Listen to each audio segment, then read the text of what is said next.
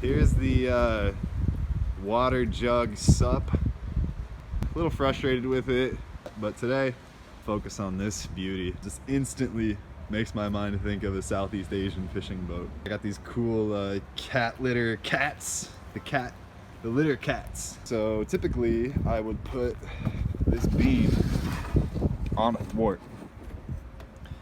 and then hose clamp it to the thwart. But my knees are gonna go right in front of this thwart and my seat will be on that thwart. I really want the catamaran to be further up so that it doesn't limit my paddle stroking. I'm going to put a thwart in and hose clamp them together, create a compression fitting that clamps onto the black plastic, and that's how it's gonna stay in place. Now you see this lake in the background, you're like, why don't you just walk it over to the lake? Well, my friends, municipal code forbids any type of watercraft on that lake, unfortunately. How sick would that be though?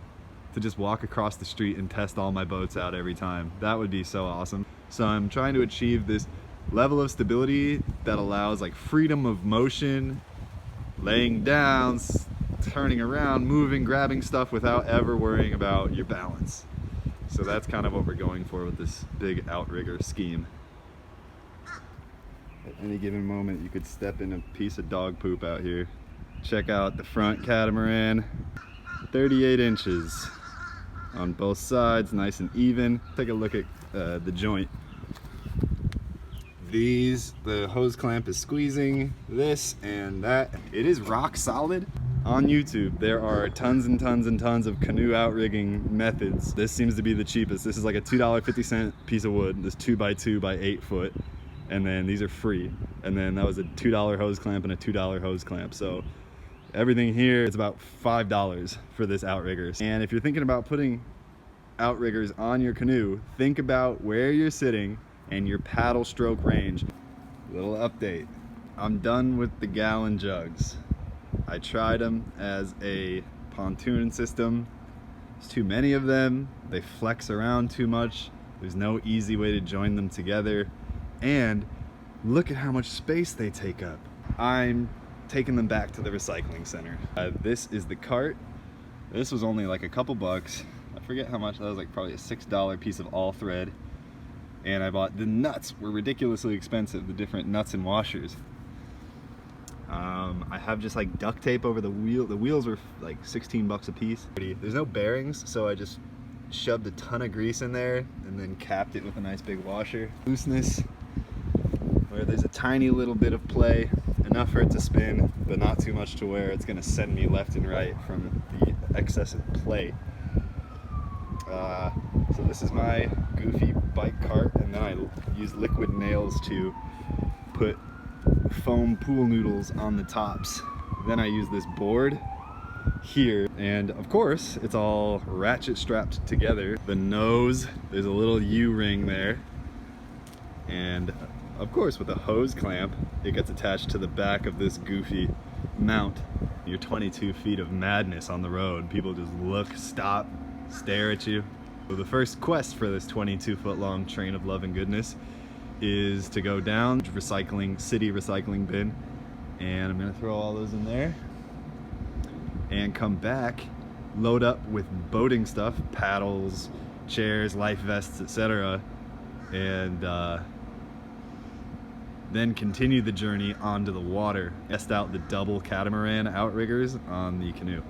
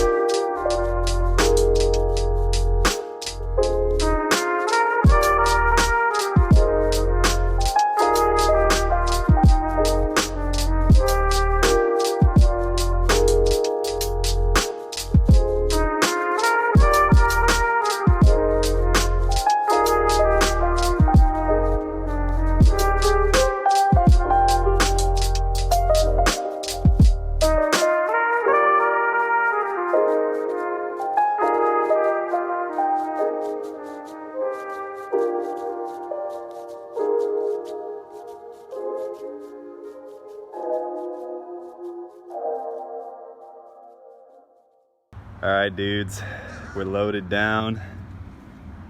Check out the attachment. It's just a hose clamp running through a hose clamp, running through a U-ring with a bunch of tape because just to protect any type of mashing of the materials. Got an anchor. I get out there, throw the anchor down, enjoy some of that goodness. How's the alignment? The alignment actually is fantastic.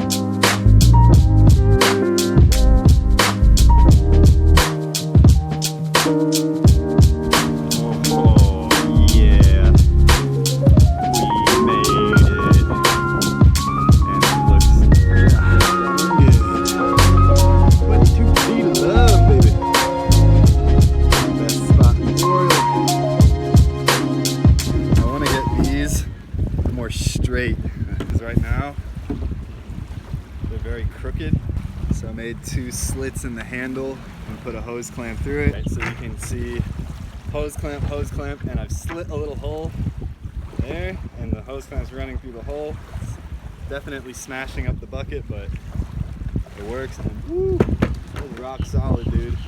You couldn't move it.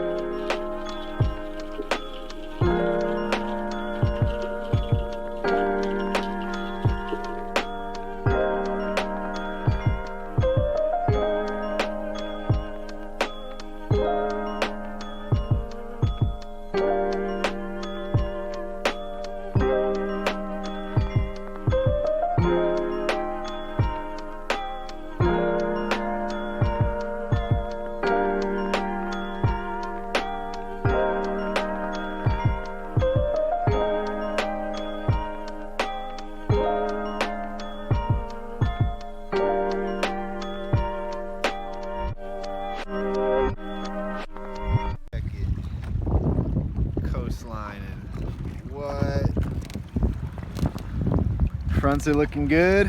They're like halfway in most of the time. It's nice and choppy, as you can see by the non-stop motion going on. Got the speaker. I like this boogie board for a floor. Broken, by the way, so pretty much useless other than kind of protecting the hull from anything that might poke it. I always bring the cart, so because I launched over there and didn't even want to be here, I mostly wanted to go out and back.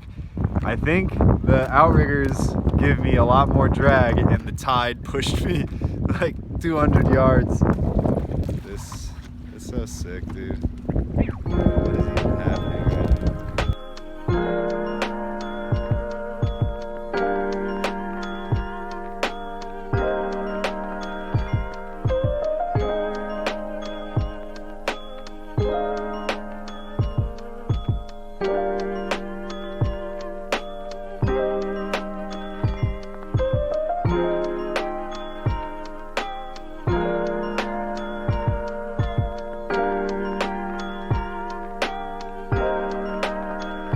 I don't even know if you guys can hear me over the wind and the waves, but yo, success.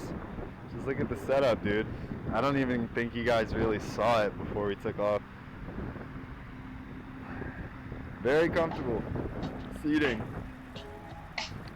That far bin flipped on the way in as I smashed into the sand.